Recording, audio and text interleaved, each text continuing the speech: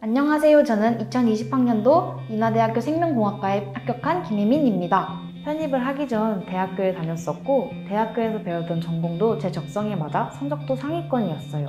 하지만 제가 꿈을 이루기 위해서는 더 많은 정보와 공부가 필요했고 다양한 실험실이나 대외 활동들이 필요했지만 전적 대학교에서 많은 부족함을 느꼈어요. 그래서 가장 먼저 생각했던 게 수능이나 편입을 먼저 생각했는데 수능은 4과목을 공부한 대신 성적에 맞춰 3개의 대학에 지원할 수 있고 편입은 2과목을 공부한 대신 지원 제한 없이 여러 대학교에 편입을 할 수 있어서 가장 큰 메리트를 느꼈습니다.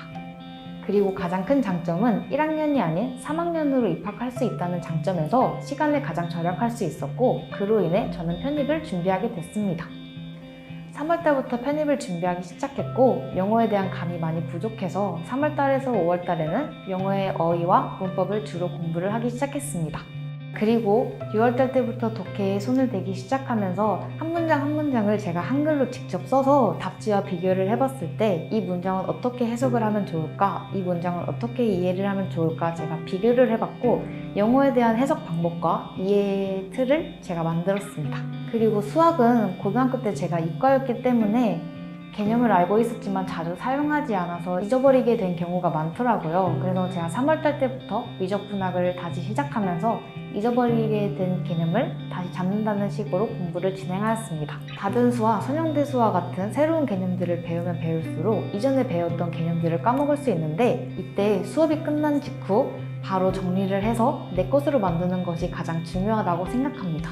저는 지난 개념들을 잊지 않기 위해 일주일의 법칙이라는 것을 사용하는데 이 일주일의 법칙은 매주 풀 과목들을 정해 교재를 회독하는 것으로 평일에는 쉬운 문제부터 어려운 문제까지 교재를 회독하고 주말에는 평일에 풀지 못한 문제들이나 틀렸던 문제들, 어려웠던 문제들을 모아 오답노트를 만들고 다시 푸는 식으로 회독을 시작합니다. 일주일의 법칙이 어느 정도 시행되고 나면은 평일에 문제를 푸는 속도가 빨라져서 남는 시간이 발생하는데 이때 남는 시간에 교수님께서 주신 데일리 테스트를 한 과목별로 뽑아서 문제를 풀거나 성장통 프린트를 풀어서 수학에 대한 개념과 심화를 한 번에 잡을 수 있었습니다.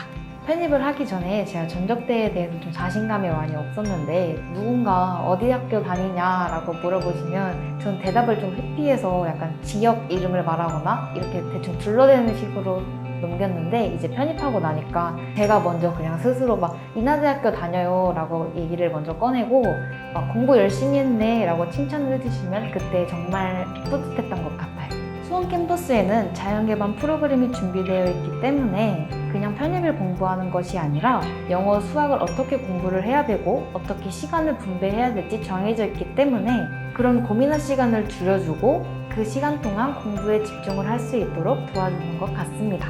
또 담임 선생님께서는 출석, 수업 분위기, 공부 환경 등을 관리해 주시기 때문에 수업 분위기가 흐트러지지 않고 공부에 전념할 수 있도록 도와주십니다.